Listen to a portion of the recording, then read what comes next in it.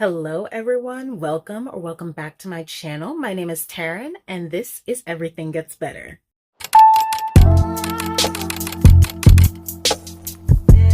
do want to preface this intro by saying I'm back in my office. But for this video, I was not. I was honestly very sick while filming this, so that's why there's going to be a couple cuts to me in here. Just kind of like touching up the things that I left out because I was dog sick during this video. This was a very transformative experience for me. I know I looked crazy in the video, but it actually was. And it was actually the precursor to a couple things that will be happening on this channel coming up. So I have an essay coming out. It'll be out at the same time that this video is dropping, basically building on the experience of like beauty, femininity in the world, and also just like the time crisis that I feel like a lot of people are struggling with when it comes to like employment, and just like having enough time to feel like a person outside of your job is what really like spoke to me. But this was the precursor to all of that. So it is mainly just a video of me making a press-on set for myself that I love, but it is also a couple other things wrapped up into it. So stay tuned for all of that. And if you want to read the essay, it will be out on my Substack at the same time that this video comes out. And in the coming weeks, I will be expanding more upon that essay with the videos that I'm putting out on this channel. So please also stay tuned for that. But that's the preface. Thank you so much for staying for that. Okay. Hello, welcome back to my channel. My name is Taryn, and normally I'm on this channel doing writing and art, but today I'm doing a bit of a detour into beauty just because most of my inspiration honestly comes from beauty and the beautification process. Like, the way I got into art to begin with was through makeup, and writing was always about like writing down, like documenting the process and stuff like that. So beauty and its varied fields, varied ways of practice have always inspired me to get more creative. So today I'm just kind of going back to that, and I'm making my own press-on set. So I got these Kiss natural looking press-on nails, and what I want to try and do is make them custom. So I'm gonna put like some pretty polish on it, some stickers that I got, and try and make it look as cute as I can. I've never been very good at nail art, so I'm not sure how this is going to turn out, but I did make some concept art to kind of like remind me of what I'm aiming for, and then hopefully I'll be able to go from there. So, oof. I mean, it's a rough day. I'm very tired, but I figured because this is the type of process that you have to sit down for like hours and hours and hours to complete, today is a perfect day for that because I'm not in the mood to move. So I'm just going to get all my nail supplies out. You'll be surprised at the amount because it's this whole bag. And then I have more stuff upstairs, like a couple other press-on sets, but this bag has all its material, and I have so much because I've always been interested in nail art, but I've never actually been very good at it. But I've discovered a couple ways to speed up the process so that I can make a nice set without being super gifted or have to spend like hours painting on the little detail. No, people who do that are wizards, honestly, but I'm not there yet. So I'm gonna get out the stuff that I need.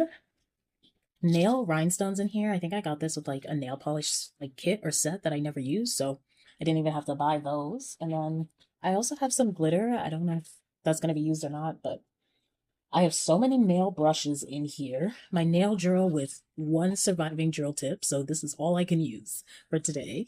But that's fine because they just needed to like rough up the inside of the nail. And glitter, always have a ton of glitter.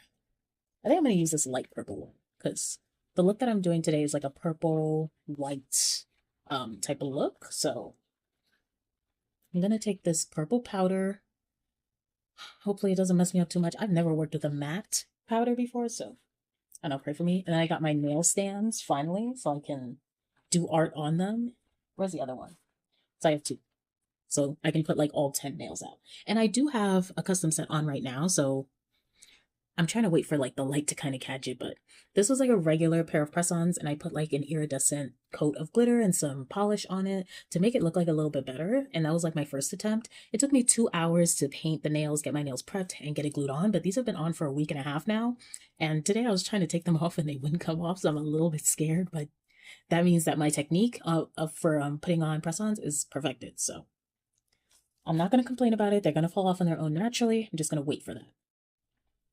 And so I don't even know what I need for this, to be honest. Because, okay, so these are the stickers that I got from Amazon. This is going to be so much harder because I have headphones on already, but it's fine. And then, so I got gold, silver, or it's like pink. So I'm going to use like the silver one and like this iridescent one, or silver. These two to get the designs that I want to do today. And then the rest of them I will put away for another day. But I love that I finally discovered nail stickers again because they make it so much easier. And I got all of these designs for like $5, so I can make like a bunch of sets with these, but it is usually just one theme. So make sure it's a theme that you're into because I like celestial stuff. So I think this will be fine. And then the piece de resistance, the UV light. Yeah, because I'm going to do a gel set today. Wish me luck. Fingers crossed. I bought so much nail stuff over the years, I don't even know what I have. On my bottom level, all my nail polishes that still work. I had to get rid of a couple because they dried up because I hadn't used them in a while, but these are the ones that work. And then I have like press-on tabs in here, the gel tabs in case I don't want to use glue. And more of these sticker sheets that I'm like not using. Oh my gosh. Wait. I have so many press-ons in here actually. Today I'm going to use white. That's the white one, and it said they had a purple one, so I'm gonna use purple. Yep. So left side is gonna go here, right side here. I'll probably get it mixed up at some point, but it's fine. I do them like finger by finger too, so like finger by finger. So I do thumbs together, pointers, flipping you off, ring finger, pinky. Was this the one that I just had? Okay. I know my thumbs are actually different sizes, but I can't really tell, so I'm going to file them down once all is said and done.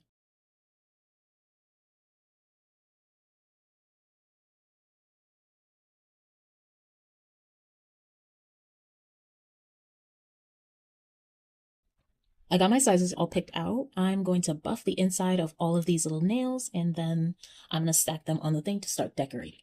So I'm going to start with the right hand ones. I should be wearing a mask. Oh my gosh.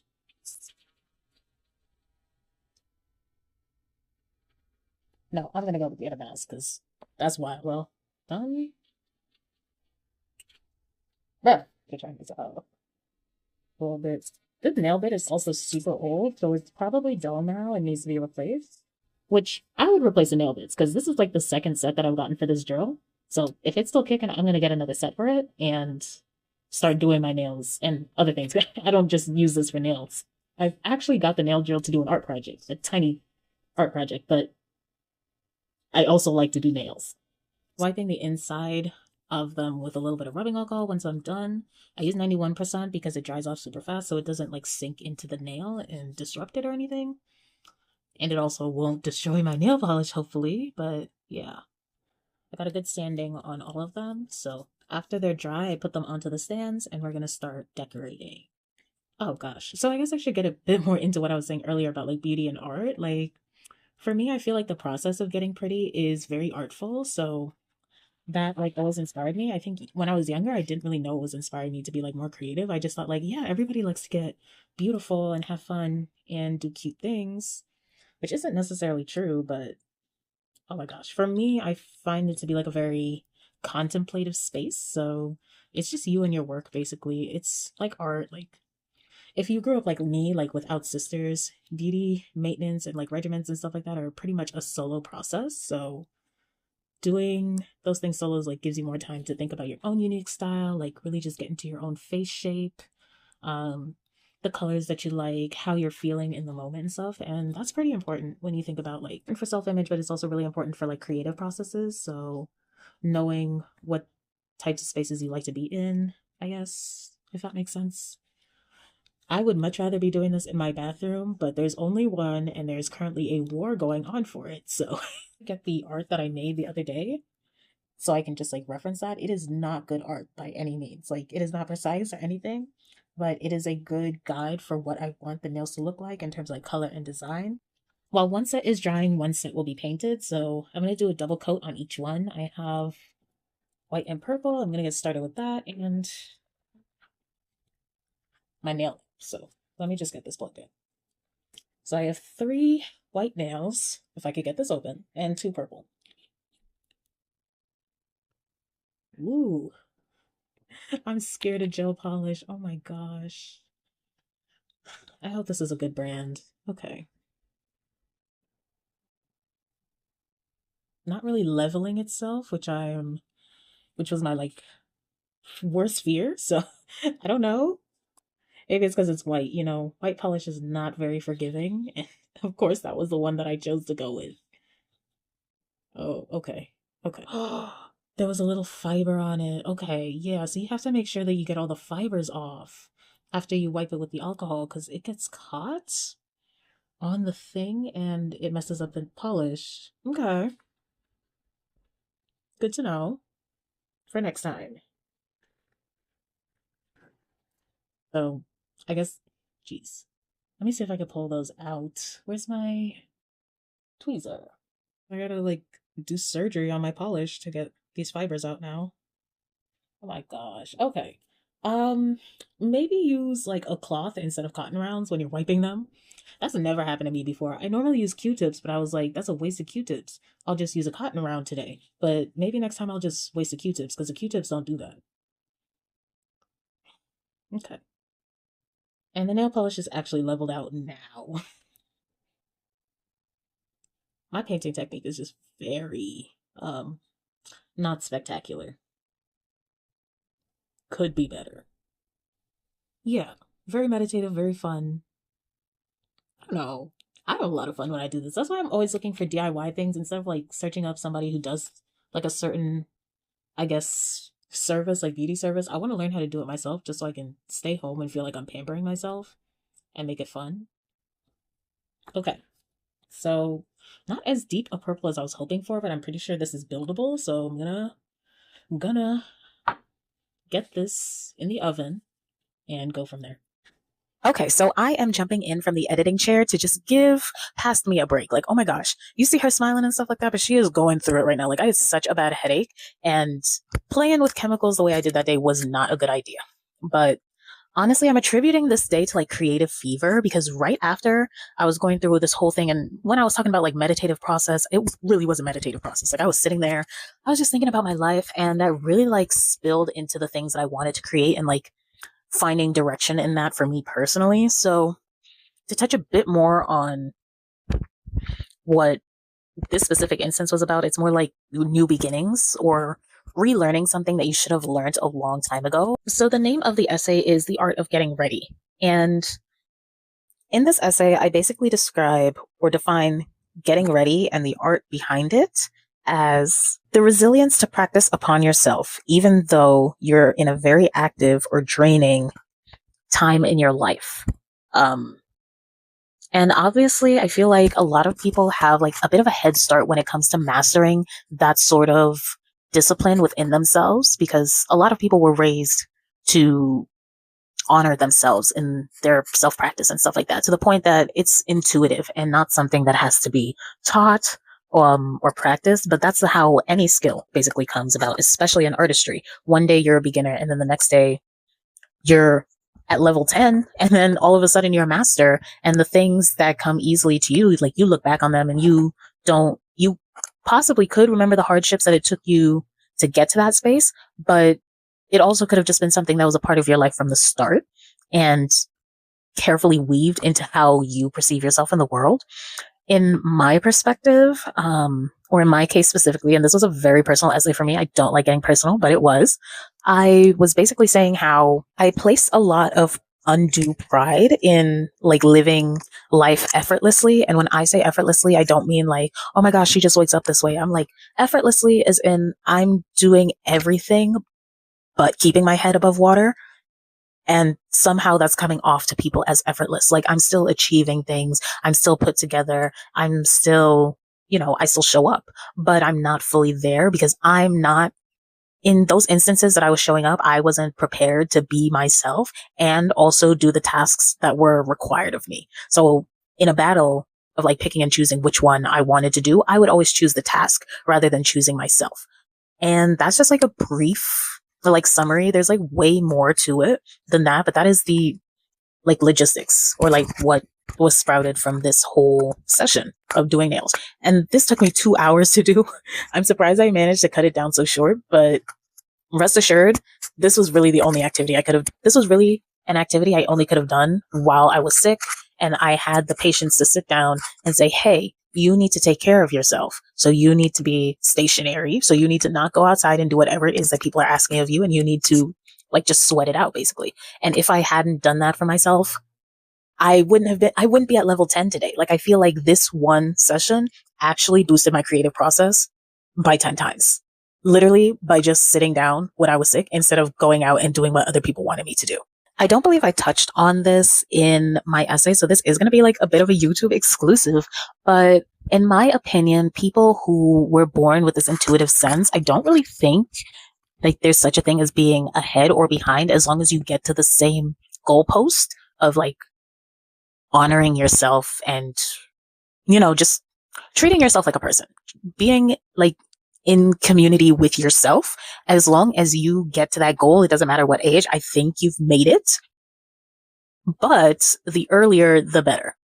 However, a lot of contradictions, because this is a very contradictory like topic. I feel like I wanted to start like more of a discussion about it, but the other contradiction is that if I had been in such community with myself at a younger age, I probably would have settled a bit more.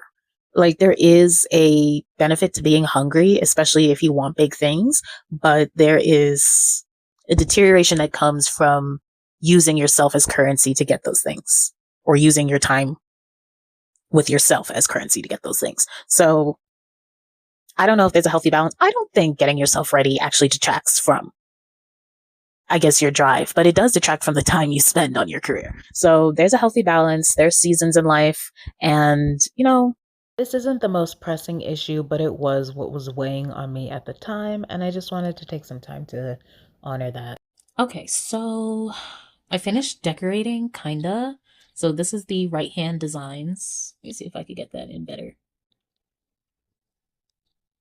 Yeah, that's the right hand. And then this is the left. Some of the stickers are peeling up. I'm just going to use some nail glue to like tack them down for the rest of the way. I already put the top coat on everything, so this is as good as they're going to get. They are a little like bumpy and uneven, but I have a trick for that. Yes, it's more rubbing alcohol. Okay. This is gorgeous. And that's it. That's as best as I could do for today. How long did that take me? Oh, it took me like 2 hours. Okay. Not too bad. Thank you so much for watching this video. If you enjoyed it, like I said at the beginning, you can read up more of what I was trying to get at in this first part on Substack. If not, you can wait for the video that will be coming out next week. That is a lot more in-depth, a lot more fleshed out, and just me having a good time. So thank you so much. And remember, everything gets better.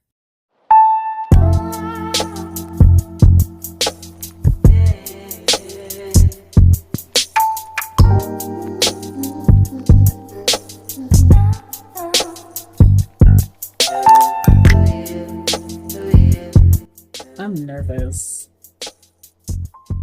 I don't know if this is gonna go well enough, but for now, we're gonna give it a shot. I think I did it in I always call it IBS Paint. It's IBIS Paint X. I call it IBS Paint because I was like, I didn't even realize there was an I in between the B and the S. I was like, yeah, it's just IBS Paint, like irritable bowel syndrome paint. Okay. Yo, wait, stop. If I watch this video back and the thing is looking at me, I'm gonna be so upset. Where's my tweezer?